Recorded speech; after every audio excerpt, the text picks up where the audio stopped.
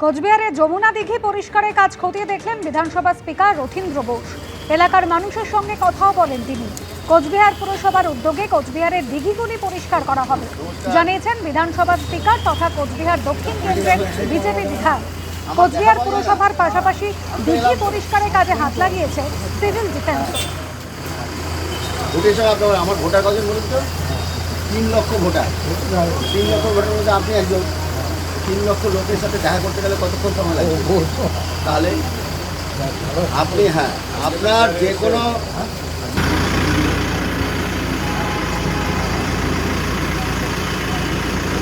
ভারত সরকারের যে কম্পিটিশন হয় স্বচ্ছ শহর, সুন্দর শহর এবং পরিষ্কার পরিচ্ছন্ন শহর, সেই কম্পিটিশনে পার্টিসিপেট করার জন্য প্রস্তুতি নিচ্ছি। সরকারের তরফ থেকে পজিটিভ আছে, আপনারা এগিয়ে আসুন, সবাই মিলে একটা সুন্দর কুচবিহারকে বলি এবং বুক ফুলে যেদিন আমরা শুধু না, আমাদের পরবর্তী প্রজন্ম বলতে পারে যে আমরা আমাদের আদি বাসস্থান কিংবা আমরা এই কুচবিহার শহরে বাস করি। অ্যাডমিনিস্ট্রেশন থেকে এমনভাবে পরিকল্পনা নিয়েছে যে প্রতি 3 মাস অন্তর অন্তর প্রত্যেকটা পুকুর পরিষ্কার পরিচ্ছন্ন করা হবে এবং জনসাধারণের কাছে শুধু যাওয়া হবে যে এই পুকুরগুলো পরিষ্কার পরিচ্ছন্ন রাখার দায়িত্বও কিন্তু আপনাদের ওপর বর্তায়। চলে আসছি পরের খবরে। শনিবারের পর রবিবার ফের একবার নাম না করে সিন্ডিকেট এবং তোলাবাজির বিরুদ্ধে দলীয় কর্মীদের একাংশকে বার্তা দিলেন রাজ্য বিজেপি সভাপতি শ্রমিক ভট্টাচার্য। হুঁশিয়ারি দিলেন এসব করলে পার্টি রেয়াত করবে না। কিন্তু প্রশ্ন হচ্ছে, কেন রাজ্য বিজেপি সভাপতিকে বারবার একই বার্তা দিতে হচ্ছে? এই নিয়ে সুর চড়িয়েছেন বিরোধীরা।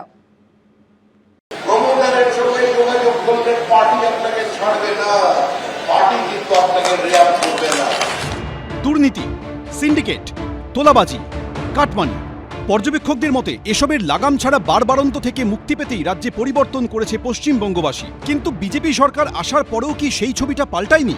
প্রশ্নটা উঠছে কারণ এ নিয়ে দলীয় নেতাকর্মীদের একাংশের উদ্দেশ্যে ফের সতর্কবার্তা দিতে শোনা গেল খোদ বিজেপির রাজ্য সভাপতি শ্রমিক ভট্টাচার্যকে।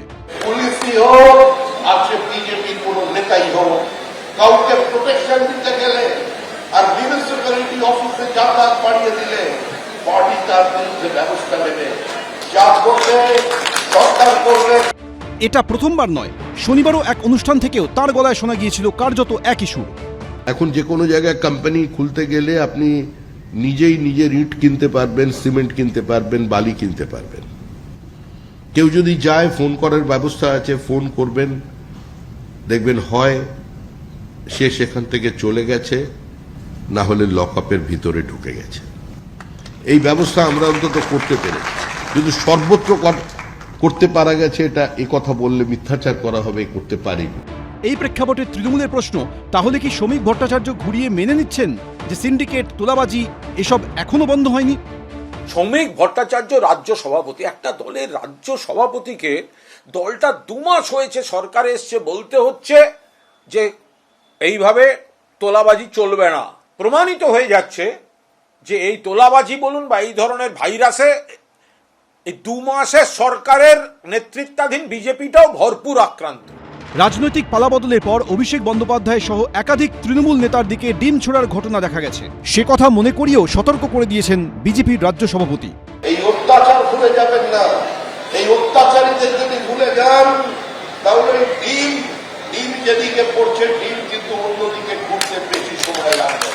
उन्होंने डीम थेरेपी का अगेंस्ट में बोलता है, उनका चीफ मिनिस्टर डीम थेरेपी का फेवर में बोलता है, उनका मिनिस्टर अग्निमित्रा पर डीम थेरेपी का फेवर में बोलता है।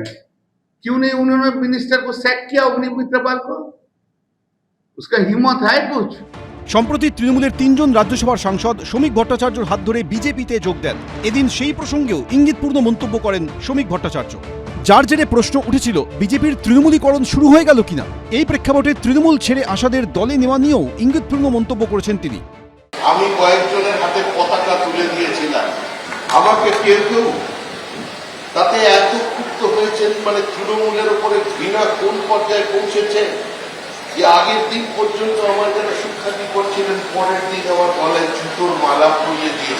কিন্তু এই ধরনের কাজের মধ্যে নিপুণতা চাই, জুতোগুলো দেখলাম সব নতুন। সব মিলিয়ে রাজ্যে নতুন সরকার আসার পরও পুরনো ইস্যুতে চাপানোতর চলছেই। শিবাশিস মৌলিক, সন্দীপ সরকার, সৌরভ বন্দ্যোপাধ্যায়, এবিপি আনন্দ।